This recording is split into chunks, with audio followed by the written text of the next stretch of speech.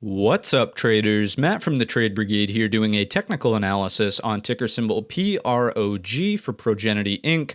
On the left-hand side, we have the daily time frame, and on the right-hand side, the 30-minute intraday time frame. First things first, this will be an update. We've talked about it extensively throughout the course of the entire run, really. And in the most recent video, we were talking all about the breakdown of this support trend line here. And on today's session, we get another nail in the coffin in my estimation. It was essentially a two-day repeat of what we saw from Monday, Tuesday, right? Here's Monday, Tuesday.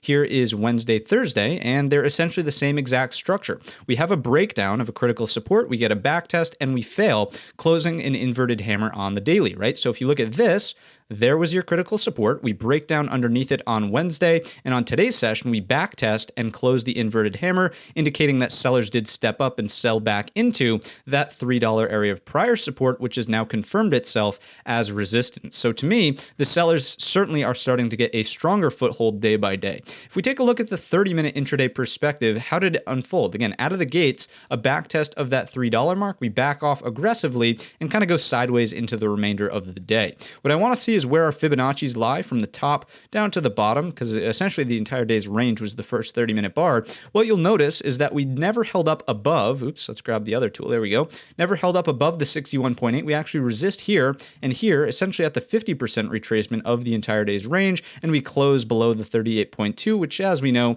is a fairly bearish indication. So all things considered, going forward, this is not a stock I would be fishing for a bottom in just yet, noting all of the bearish things that we just talked about. And to add on top of that, we're now technically trading and we've closed underneath the daily 50 SMA, the blue line, and the daily 200 SMA, the green line. So everything is sort of pointing to sellers remaining, or not remaining, but getting back into control. And I would not be fishing for longs until we put in some sort of structural bottom. So what could that look like? Well, could do something like this, double bottom, break of the neckline takes us back higher. That's one situation. The other one that we're a big fan of here on the channel is the inverted head and shoulders. Break of this neckline takes you back higher. Could be anything structurally, but it needs to be structural. So I guess it couldn't be anything. It needs to be a structural pattern, but any of the structural patterns could be a double bottom, triple bottom, inverted head and shoulders, falling wedge, you name it. Any sort of pattern will do, and it should be happening at an area that we have mapped out as support. So keep an eye on about 225, and then if it comes down to it, ultimately down there at 128. Again, I'm not saying that it has to come all the way down here, but these are the numbers that we are